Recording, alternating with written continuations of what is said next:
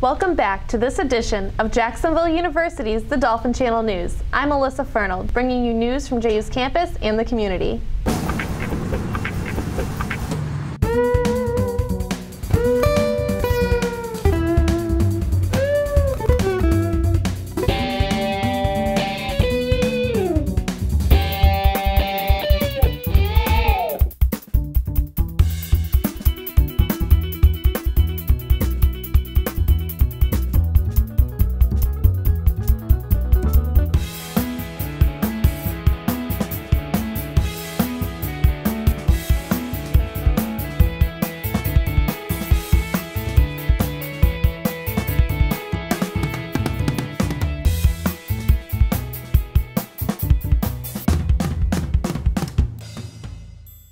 In national news, U.S. House Representative Lamar Smith proposed a bill that caused blackouts on January 18th.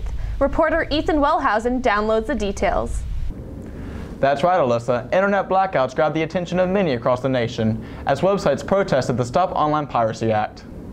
SOPA and its counterpart in the Senate, PIPA, Protect Intellectual Property Act, aim to stop the practice of online piracy of copyrighted materials and intellectual attributes. The bill would criminalize the streaming and downloading of copyrighted material with a maximum penalty of 5 years in prison. Senior and editor-in-chief of The Navigator, John Joyce, understands both sides of the argument. I'm 100% in support of everything that the First Amendment protects. SOPA specifically threatens that. And while I understand where they're coming from with trying to prevent piracy and copyright infringement and getting people's intellectual property secured so that they can profit from their work, at the same time, these type of laws open up the floodgates for restriction of content that isn't meant to be restricted or suppressed. The bills aspire to stop online shoplifting by excluding advertising networks and payment facilities with websites known for allegedly violating copyrighted material. Junior communications student Brian Jones sees the bill as a threat to American culture. It's a bill put together by people who don't understand how the internet works. It's a bill put together by people who aren't willing to evolve with the internet and realize that the internet has created an entirely different definition of the word culture and what nationality means. Florida Senator Mark Rubio, a co-sponsor of the bill, abandoned and withdrew his position on January 18th after the Wikipedia protest and citizen opposition emails. Professor Dennis Staus, chairman of the Department of Communications, believes more work is needed on both bills. Frankly, I don't think these laws are going to be enacted in the particular forms in which they stand now. I think we'll probably see some kind of a compromise. The Open Act, the Senate has an alternative bill that might seem to do that.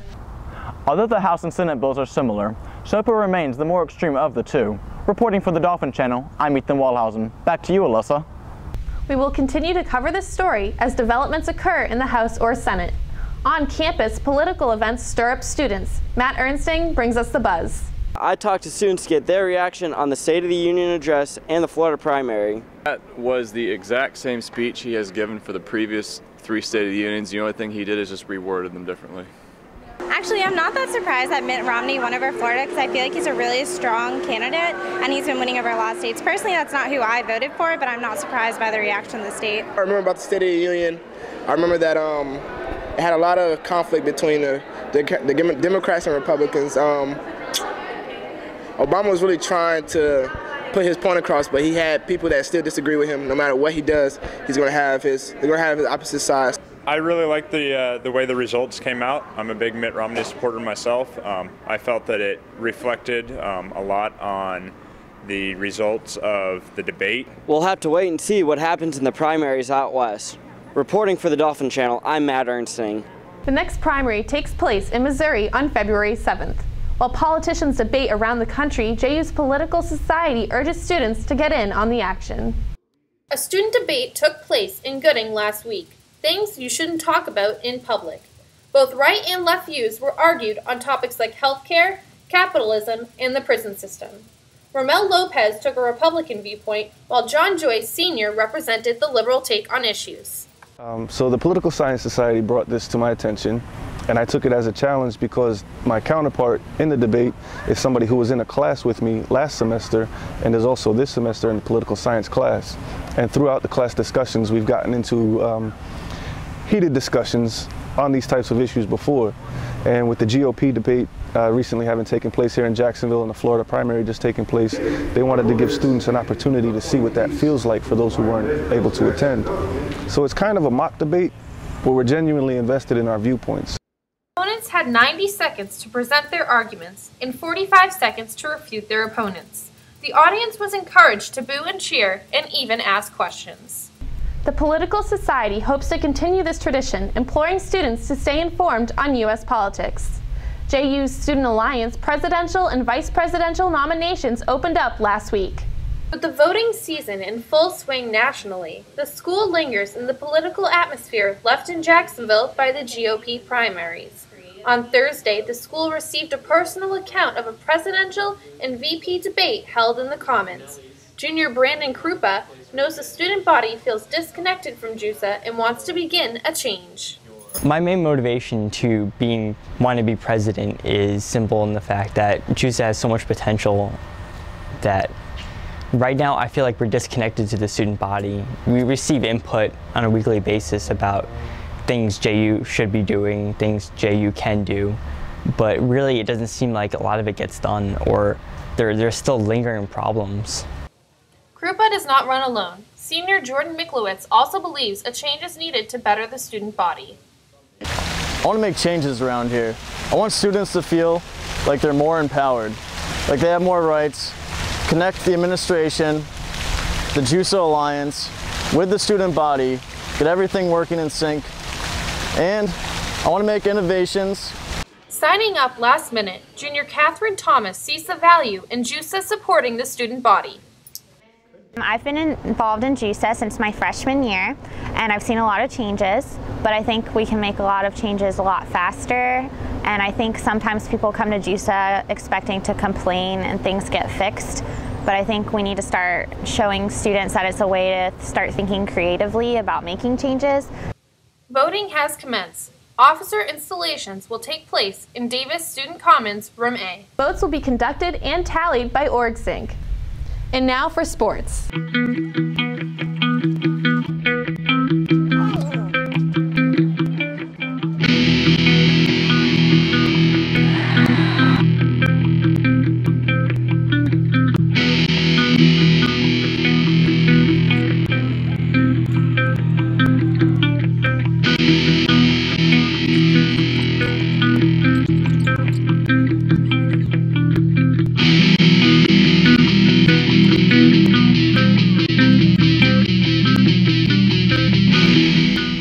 JU's tennis teams are off to a tough start this season as the programs face their end. 2 weeks ago, the Board of Trustees voted to cancel the tennis teams in order to cut costs through their NCAA sports. The athletic department looks to balance different areas on campus, which will be easier once the tennis team is discontinued. President Kerry Romsberg stated that due to the rising cost of athletics, the tennis program would become too expensive based on the roster size. They are now trying to refocus their limited athletic resources.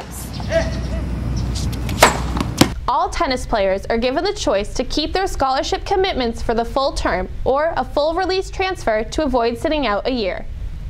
On a high note, our superstar quarterback is now taking the spotlight to a national level as he begins his journey towards the NFL draft. Josh McGregor was named MVP during the Battle of Florida All-Star Game as part of the North team. The game, which was held at Florida Atlantic University, was only for draft-eligible players who have state ties. McGregor hopes his high completion rate will help him later on this year. It was a good week of practice. There's a bunch of scouts out there every day watching us, so it was just a good experience to be in front of that type of crowd. I'm hoping, never was a dream to get drafted. That'd be nice, but just for an invite to a rookie camp the following week would be nice for me, and then I could feel accomplished for all the work that I'll be putting in these next couple months. 29 NFL and 4 Canadian Football League teams sent representatives to the Battle of Florida. But McGregor is not only waiting to look for results from the game, instead he's taking it to the gym and is now training with quarterback coach Joe Dickinson. See McGregor in action during University of Florida's Pro Day on March 13th. In other sports, 2 baseball players earned preseason recognition. With the season barely underway, Junior and first baseman Adam Brett Walker II finds himself with 3 honors long before their first game. The Wisconsin native earned his first preseason honor from the National Collegiate Baseball Writers Association, naming him first-team All-American. Shortly after, Walker was again named to first-team All-America by Louisville Slugger. Head coach Terry Alexander believes Walker's recognition will benefit the team. It helps us because it gives us more notoriety as a team. I know that, he's a little bit shy about all the attention. I mean, he's soaking it up, but he just would rather everything go away. But the fact that he's bringing the attention to our team is helping a lot of other really good players that we have on our team be seen. I expect Adam Walker to have a tremendous year this year. I mean, he has grown each and every year. He's really approaching the game with a much more matter-of-fact approach. He's worked hard on his swing. He's continues to get better in the field. Walker is the first player in 10 seasons to earn a spot on the NCBWA preseason All-American team. After being rated the second best first baseman in college baseball, he finds himself landing yet another honor. Perfect Game USA, the most recent to name Walker to their All-American list, making it his second year in a row to claim this title. His latest award, ASUN Preseason Player of the Year. Junior and Wisconsin native Dan Gulbranson joined Walker in preseason honors as all-conference selections, making this their second straight season on the preseason all-conference squad. With his dreams becoming reality, Walker continues to stay humbled. Since I was a little kid, I always wanted to play professional baseball, and it's always been my goal. And now it's a draft-eligible year. It's become more of a reality, and I'd just love to go play professional baseball, make it to the big leagues one day, and that's my ultimate goal. I'm just going to do what I have to do to keep working and get there and follow my dreams. I just feel honored to have the abilities I have and be honored for these awards. Knowing what people think of me is just an honor, and be able to just take that and know that if they think I'm that good, then I should believe in myself. Last year, Walker led the conference in batting average, hits, doubles, RBIs, and total bases. His plan? To make this year better than his last. Reporting for the Dolphin Channel, I'm Salita Gorman. Back to you, Alyssa. Make sure to come out for their first home game on February 24th. That's it for sports. Check back with us next edition for updates on the Dolphins season. Switching gears, Scholarship Week finishes up, announcing more than 15 giveaway winners. The Student Solutions Center counts more than 300 participants willing to raise money for their education in a time of economic depression. For Laura Andrews, Director of Student Solutions, the week came to a successful end. Student Solutions Center, this is Laura. It was extremely successful. We had about 140 students complete the application and the essay, but overall we've had about 300 applicants. Scholarship Week was designed to allow students to come into one place and finish and complete the scholarship. And a lot of students haven't taken the advantage of applying for scholarships. So we thought we'd have one whole week designed and designated to help students accomplish that task, because there's many opportunities, but students just didn't realize that it was there for them. Hoping to make students aware of the current financial situation, but also supportive scholarships, Laura already looks forward to encourage students to participate again next year.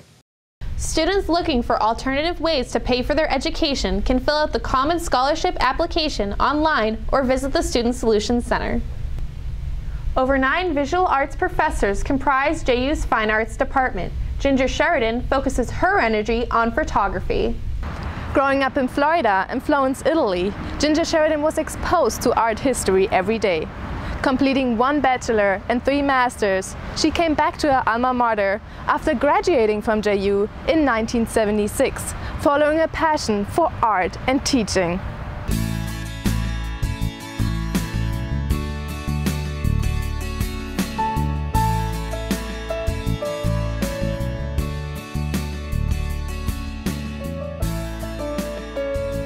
I have always naturally been a teacher.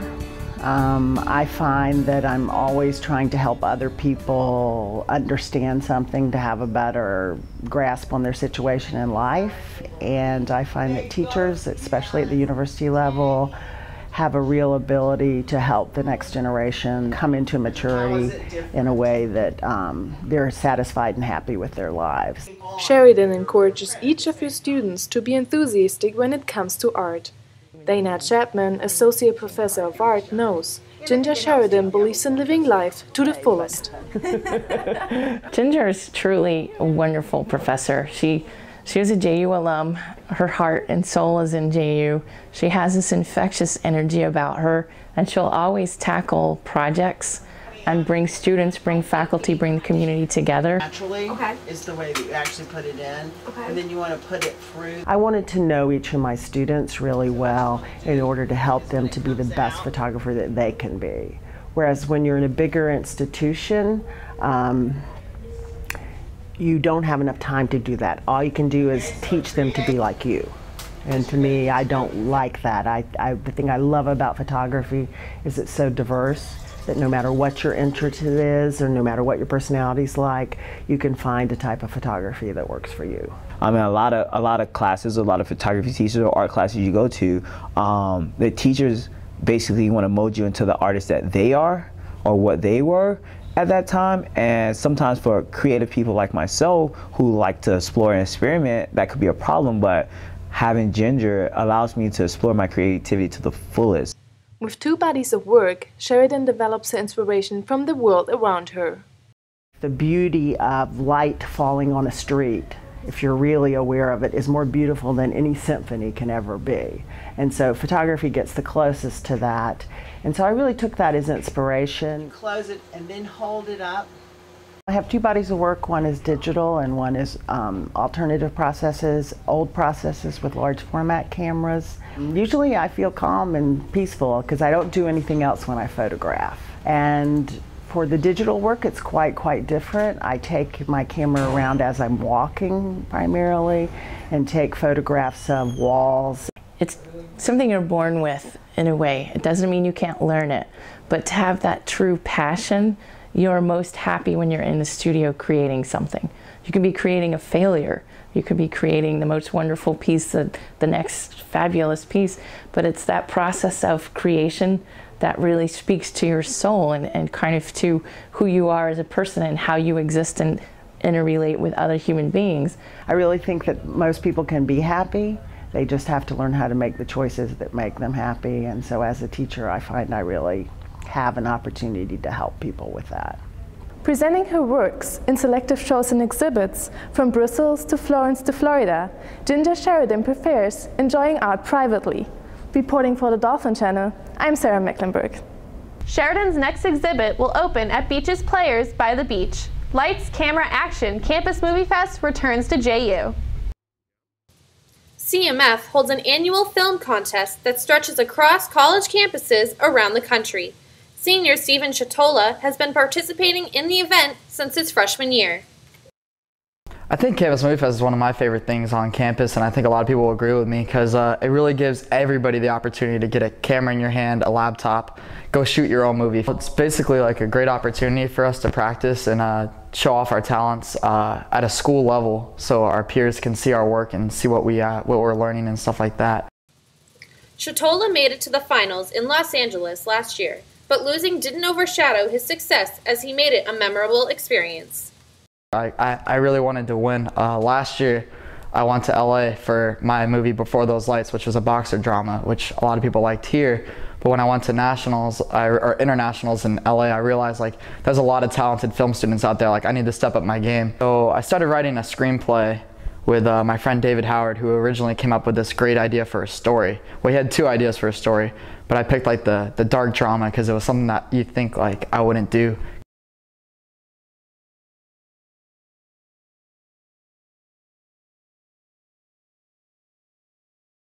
Technically I had to pay for my flight and trip, but like the opportunity like to be able to do that without having to pay anything and just hard work was definitely worth it. I learned so much. I got to meet like real Hollywood actors. I met the director from the last Terminator movie. I met I met the girl from Precious, the actor. She was really cool, and just like professionals that would sit in front of me and like 1,000 other film students and just talk about real life Hollywood, real life making it in the industry, and just tips and stuff like that. That'll help me forever.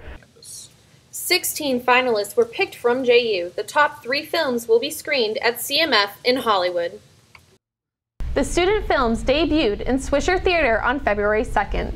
Do you know Jax? Get to know Jacksonville in the Dolphin Channel's new series. Springfield is a historic neighborhood located north of downtown Jacksonville. It was established in 1869 and is one of only 3 federally designated historic districts in Jacksonville. Favorite thing about Springfield is just the location here in Jacksonville. You got downtown 5 minutes away from where I live. I can basically walk to it from my house. I got an amazing dog park, probably the biggest one in Jacksonville that I've found. Springfield was the first subdivision of downtown Jacksonville and was the most desirable place to live in Jacksonville after the Great Fire of 1901. Springfield's the best location in Jacksonville. It's right next to downtown. It's got some great parks, fantastic Hogan's Creek flowing through it, as well as close proximity to all the freeways. Anywhere that you need to get in Jacksonville is only about 15 to 20 minutes away. There are some people that believe that Springfield is not only a place to live, but has also provided a significant change in their well-being. Springfield, like so many other urban neighborhoods in the United States, fell into a period of decline in the 20th century. But after years of neglect, Springfield started to make a turn for the better. The momentum has carried forward into the 21st century. Springfield resident Mariska Calmer, an international student from Belgium, believes that Springfield is the closest to home she has found in the United States. I moved to Jacksonville area about a year ago. The Springfield community is really close thing that I could call to home. But this just reminds me of that area. It's a really close and tight-knit community. Many residents like Devin Donahue feel exactly the same way about Springfield. Well, I just moved here from South Carolina, but what I've seen so far is that everybody is really nice to me. It's a friendly community and it's a close-knit community. With Springfield consisting of over 34,000 residents, its diverse atmosphere makes it a worthy visit, and it is easy to see why many people reside in Springfield. Reporting for the Dolphin Channel, I'm Adrian Rubel. With Jacksonville being the largest city land-wise in the United States, many areas go unnoticed. Be sure to tune in for our next segment of Do You Know Jax? That's going to do it for this edition of Jacksonville University's The Dolphin Channel News. You can find more of our award-winning work on our website at tv.ju.edu or on YouTube under The Dolphin Channel. Also, you can follow The Dolphin Channel on Facebook. I'm Alyssa Farnold. From all of us here at The Dolphin Channel, thanks for watching. We'll see you soon.